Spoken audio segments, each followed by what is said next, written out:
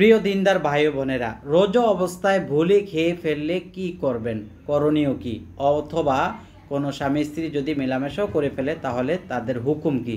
দর্শক, রোজা অবস্থায় ভুলে যদি পানাহার করে ফেলেন রোজা ভাঙবে না, এবং কেউ যদি সহবাস করে ফেলে তাতেও রোজা ভাঙবে না যদি ভুলে।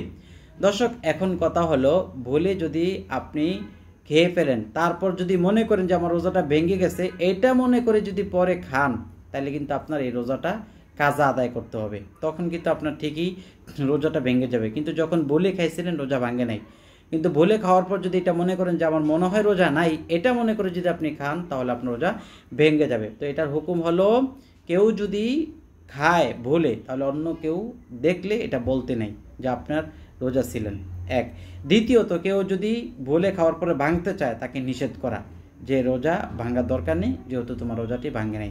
আর যখন খাওয়া শুরু করবে, যেহেতু সে ভুলে খেলে রোজা ভাঙবে না, আমাদের বলার প্রয়োজন নেই। বলতে গেলে এখানে দুইটা অসুবিধা। এক নম্বর হলো, তার গলার ভিতর পর্যন্ত খাবার চলতেছে, এখন এই মুহূর্তে মনে করালে সে ফালাইতে চেষ্টা করবে, আবার কিছু ভিতরে চলে যাবে।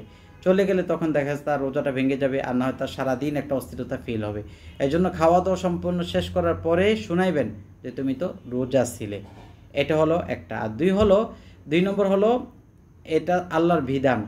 আপনি তার দুর্বলতার কারণে সে খাওয়া শুরু করছিল, তাহলে তার দুর্বলতা কাটুক, সে খেয়ে ফেলুক, যেহেতু তার মনে নেই, তারপরে তার সারাদিন রোজাটা ভালো মতো কাটবে। এই জন্য কখনো যদি দেখেন যে কোনো রোজাদার ব্যক্তি খাচ্ছে ভুলে, তাহলে তাকে বলবেন না, অবশ্যই সে বলে। আর যদি ইচ্ছা করে খেয়ে ফেলে, একটা বেশি পরিমাণও যদি তার গলার ভিতরে যায়, তাহলে তো রোজা ভেঙে গেছে। তাহলে তো আপনার বললেও কোনো লাভ নেই, না বললেও কোনো লাভ নেই। তো যদি কাউকে খাইতে দেখেন তাহলে বলবেন না। কেন? যদি ভুলে খেয়ে থাকে তাহলে ভুলে খাইলে তার রোজা ভাঙবে না, আর যদি সে নিজের ইচ্ছা থেকে খেয়ে থাকে তাহলে তো তার রোজা ভেঙেই যাবে। আমি কথাটা বুঝাইতে পারছি? এ হলো আপনার হুকুম। আর কেউ যদি ইচ্ছাকৃতভাবে খাবার খায় রোজা ভাঙে, তাহলে একটা রোজা 60টা করতে হবে পরবর্তীতে কাফারা। আর ইচ্ছাকৃত ভাঙে নাই, প্রথমে ভুলে খায়া ভাঙছে, মানে ভুলে খাইছে, এরপরে মনে করছে ভাঙে গেছে, এটা মনে করে যদি সে ভাঙে, তাহলে একটা রোজা একটা। এই হুকুমটাই আমরা অনেকে জানি না। ঠিক স্ত্রী সহবাসের ক্ষেত্রে এরকমটাই হবে। ইচ্ছাকৃতভাবে যদি কোনো স্বামী স্ত্রী এরকম কার্যকলাপ করে, তাহলে তাদের একটা রোজা 60টা।